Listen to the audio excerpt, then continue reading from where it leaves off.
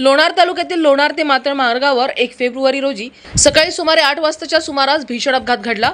भरधाव वेगात येणाऱ्या स्विफ्ट डिझायर कारनं महिला मजुरांना घेऊन जाणाऱ्या ऑटोला जोरदार धडक दिली। या अपघातात एका महिलेचा जागीच मृत्यू झाला असून 8 जण गंभीर जखमी झाले आहेत। किनगाव जटू येथून मातळकडे नेटसेटच्या कामासाठी महिला मजदूर ऑटोमध्ये जात होत्या। बाजारांच्या शेताजवळील वळणावर सरस्वतीच्या दिशेने भरधाव वेगात येणाऱ्या स्विफ्ट डिझायर कारनं ऑटोला समोरून धडक दिली। धडकेमुळे ऑटो पलटी झाला आणि त्यातील महिला मजूर रस्त्याच्या कडेला फेकल्या गेल्या। या अपघातात जरीनाबी अयूब शहा वय वर्ष 45 यांचा घटनास्थळीच मृत्यू झाला, तर रंजना परमेश्वर कास्तोडे वय वर्ष 53, शांताबाई शेवाळे वय वर्ष 45, कल्पना विठ्ठल जमधाडे वय वर्ष 40, अलका मधुकर शेवाळे वय वर्ष 40, लक्ष्मण बबन करवते वय वर्ष 45, चंद्रभागा गजानन नागरे वय वर्ष 40, राधा गजानन नागरे तसेच ऑटो चालक आसिफ निशाल शहा वय वर्ष 30 हे 8 जण गंभीर जखमी झाले आहेत।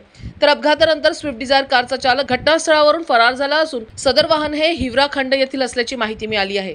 जखमींना तातडीने 108 रुग्णवाहिकेद्वारे लोणार ग्रामीण रुग्णालयात दाखल करण्यात आले, तर अतिगंभीर जखमींना पुढील उपचारासाठी बुलढाणा येथे हलविण्यात आले आहे।